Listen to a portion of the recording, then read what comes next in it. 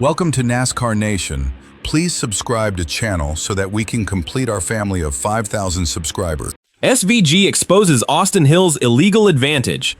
This is a driver calling out another driver in a way the garage cannot ignore.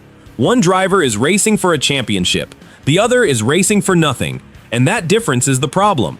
And honestly, the frustration is real. Fans watch every week hoping for fair racing. They want the best driver to win. Instead, they see a chase-eligible driver getting pushed around by someone who cannot even make the chase. It is a joke. It proves some drivers care about nothing but wrecking other people's seasons. But look past the outrage.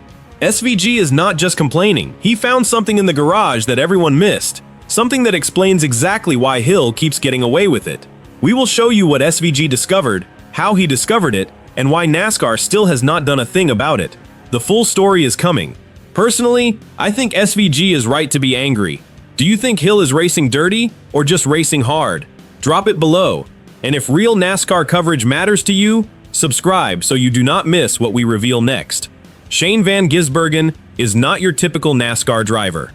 He came from Australia as a three-time Supercars champion. He won his first Cup race in his debut, the Chicago Street Race in 2023.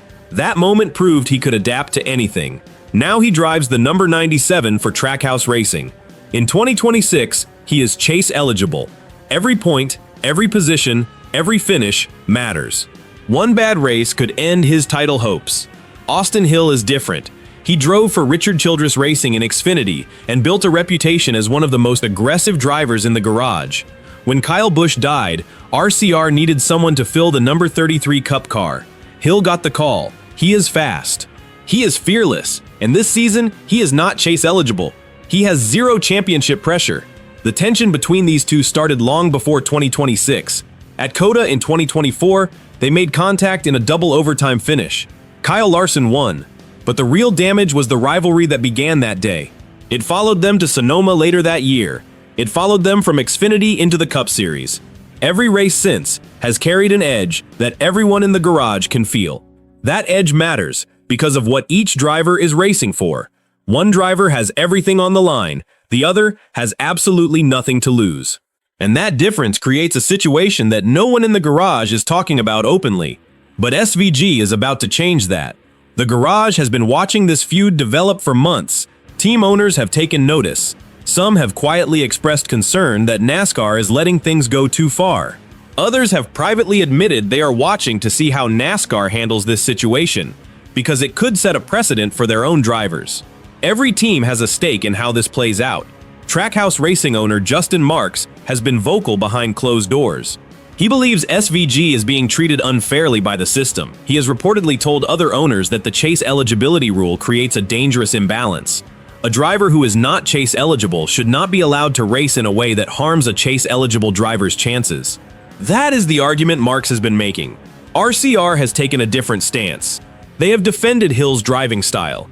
They point to his aggressive reputation as what makes him successful. They argue that Hill is simply racing hard, and that SVG is being overly sensitive. The two camps are divided, and that division is creating tension throughout the garage. All that history was just the warm-up. The real turning point happened at Chicagoland Speedway on July 5, 2026, and what happened there is why this story exists at all. Chicagoland Speedway, July 5, 2026. SVG was running strong, top 5 car, looking for his first oval win in the Cup Series. Hill was in the mix too, driving his typical aggressive race. The race had already seen multiple cautions. Tempers were already flaring. The atmosphere inside the cars was intense. Drivers were pushing the limits. Track conditions were tricky. Multiple drivers had already complained about the handling of their cars. But SVG seemed to have his car dialed in. He was consistently running lap times that put him in contention for the win. Hill was having a solid race too. He had worked his way up through the field after starting mid-pack. His car was handling well. He was running aggressive lines, using the high side to pass cars in the corners. That aggression is what makes Hill dangerous. It is also what makes him unpredictable. Then came lap 47. SVG drove deep into turn 3. He made contact with the left rear of Hill's number 33 Chevrolet. The hit was hard enough to destroy Hill's suspension. Hill spun into the outside wall. His race was over. The impact was significant. Hill's car hit the wall with enough force to rip the right front tire off. Debris scattered across the track. The caution flag came out immediately. The field slowed down. But the real chaos was just beginning. Richard Childress, Hill's team owner, got on the radio immediately. His words were blunt. It was payback for California. He was referencing the San Diego incident from earlier in June, a crash where Hill had triggered a massive pileup and destroyed SVG's car. That San Diego incident was controversial in its own right. Hill had missed the apex in turn 1 on a restart. That caused a chain reaction that took out multiple cars, including SVG's. After that race, SVG had called Hill a spud, a clear sign of frustration. The tension had been building for weeks. Under the caution flag, Hill did something that stunned the garage. He drove alongside SVG and intentionally sideswiped the number 97 car. This was caught on camera. Every team, every driver, every official saw it. The sideswipe was deliberate. Hill pulled up alongside SVG and turned his wheel into the number 97 car. Contact was made. SVG's car was damaged. The retaliation was clear. It was a statement. Hill was telling SVG that he would not back down. The TNT broadcast broke it down in detail. Jamie McMurray pulled up the SMT data, the telemetry from both cars. He showed SVG's steering input, throttle application, brake pressure. His conclusion was direct. That looked intentional. Dale Earnhardt Jr. agreed. "You can see the wheel turn," he said. McMurray went further. He showed the data from both cars frame by frame. He pointed out how SVG's steering input changed in the corner. He compared it to previous laps where SVG had taken the same line cleanly. The data was compelling. It suggested that SVG had made a deliberate move. Earnhardt Jr. added his perspective. He said the contact looked like something a driver does when they are frustrated. He noted that SVG is usually a clean driver. He does not typically make contact with other cars. That made this incident stand out even more. After the race, SVG was furious. "It is the same thing every time with him," he told reporters. Hill fired back. "He turned me. Plain and simple." Both drivers were angry. Both cars were damaged.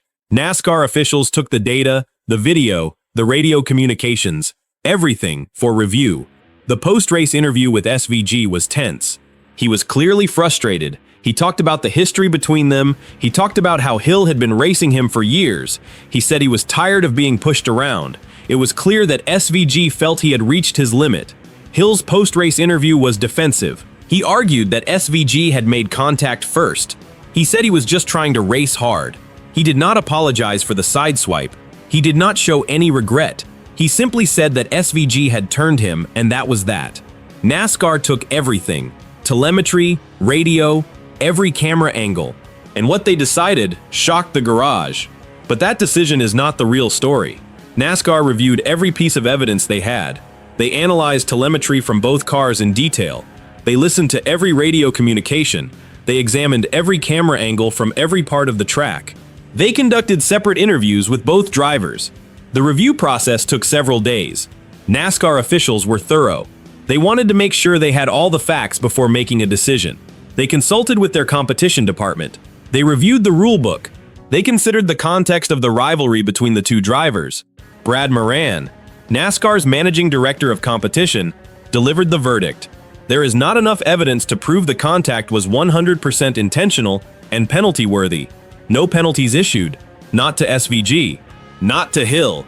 The garage was stunned. Many felt NASCAR was letting drivers settle scores on their own. The comparison to Ryan Preece's penalty at Texas was impossible to ignore. Preece was penalized for less contact earlier in the season. The inconsistency drew sharp criticism.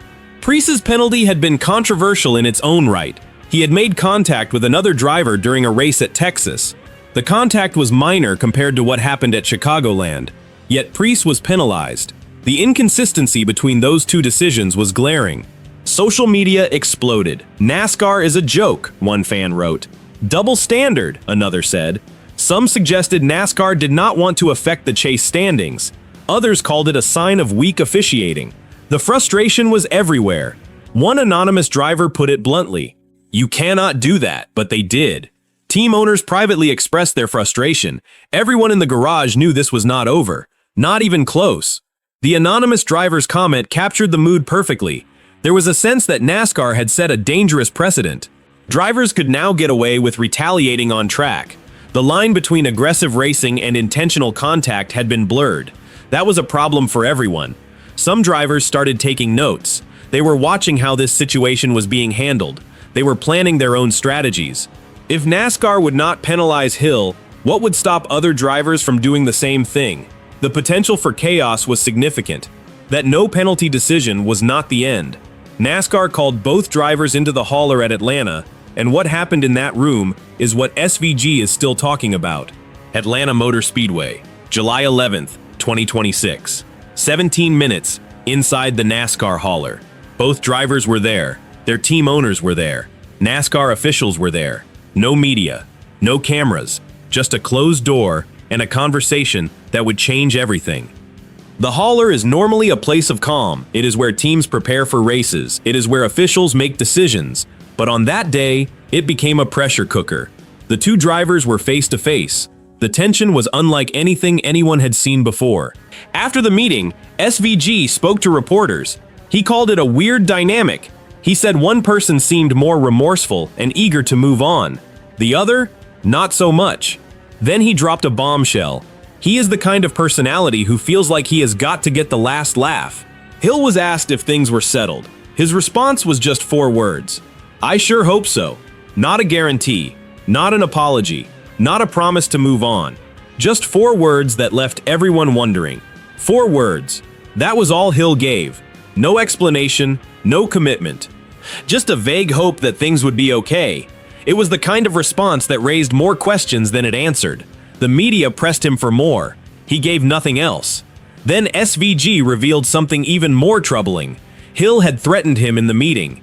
He threatened that, I guess, SVG said. He feels like he has got to be the last one to strike.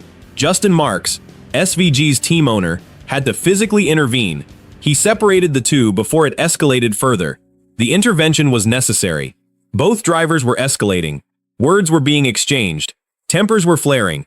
Mark stepped in to de-escalate the situation. He later described the meeting as intense and not productive. Sorry for the language, Mark said later, but I told them we are not doing this in the hauler. The message was clear. This feud was not settled. Not by NASCAR, not by the meeting, not by anything. Marks is known for being a calm presence in the garage. He does not often lose his composure, but that day, he had to step in. He had to separate two drivers who were on the verge of a physical confrontation. It was a sign of just how deep this rivalry had become. SVG was not talking about a car part. He was not talking about a rule. He was talking about something far more dangerous. And the garage is only now realizing what he meant. SVG put it into words that cut through everything.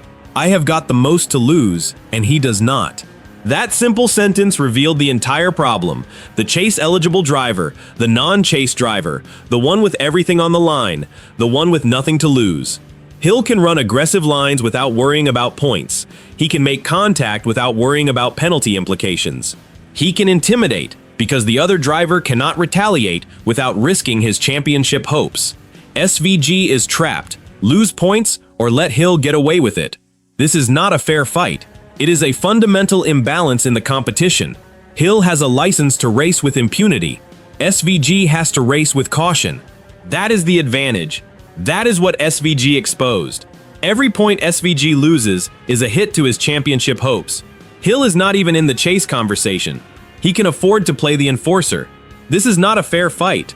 It is a mismatch, and it is affecting SVG's performance.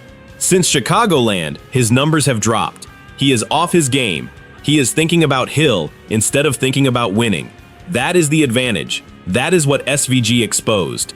The numbers tell the story. SVG's average finish has dropped. His points total has stagnated. He is not running as fast as he was before the incident. The mental toll is real. Hill is in his head. And that is exactly what Hill wants. Not a part on the car. Not a rule in the rule book. A driver who can do whatever he wants. And another driver who cannot afford to fight back. That is the illegal advantage. That is what SVG decided to tell everyone about. The garage reaction has been telling. Other drivers are paying close attention. Some are furious. That is not racing, one said. Others are taking notes. Use this against SVG next time, another driver was heard saying. A precedent is being set, and everyone knows it. This is bigger than one race. This is about the rest of the season. SVG's championship hopes hang in the balance. Hill is playing spoiler, and he is good at it. The garage knows this story is not over. Not even close. Hill has been effective as a spoiler. He has disrupted SVG's rhythm. He has forced SVG to race differently. That is the power of having nothing to lose. Hill can be reckless. SVG cannot. That imbalance is the story. That is the part that changes everything. Not a part on the car, not a rule in the book, a driver who can do whatever he wants, and another driver who cannot afford to fight back. Now the next race is Atlanta, one of the most unpredictable tracks on the schedule. Pack racing forces drivers inches apart. One mistake, or one intentional move, and half the field is gone. The conditions are perfect for retaliation. Atlanta is a track that rewards aggression. It punishes caution. Drivers have to be willing to take risks to win. That makes it the perfect setting for more drama between SVG and Hill. The fans know it, the drivers know it, the officials know it. SVG is not a driver who backs down, but he cannot afford to make contact. His path is clear. Race clean and win anyway. That is the statement he wants to make. That is how he proves he is the better driver. Winning at Atlanta would be a powerful statement. It would show that SVG can overcome the disadvantage. It would show that Hill's aggression does not intimidate him. It would be a defining moment in SVG's season. Hill said, "I sure hope so." Not, "It is over." That is not a promise. That is a warning. He has already shown he will retaliate under caution. At Atlanta, with pack racing, the opportunity will be there. Hill is a dangerous driver at Atlanta. He has raced well there in the past. He knows how to navigate the track. He knows how to use the high line. He will be a threat to win, and he will be a threat to SVG. NASCAR officials have already shown they will not penalize. But another incident? That would be a different story. They will be watching every move. The question is whether they step in before it is too late. The officials have a tough job. They have to balance competition with safety. They have to enforce the rules without overstepping. They have to make decisions in real time. It is not easy, but they know the eyes of the garage are on them. And that is where we are right now. A chase-eligible driver, a driver with nothing to lose, and a race that could change everything. What happens next is up to them. This is not the end of the story. This is the middle. The next chapter is coming, and the entire garage is watching to see what happens. Drop a no in the comments and tell us, do you think Hill has an unfair advantage, or is SVG just complaining? We want to hear what you think. And if real NASCAR coverage matters to you, subscribe. We cover the stories the mainstream misses. The Atlanta race is coming. We will be right here when it happens.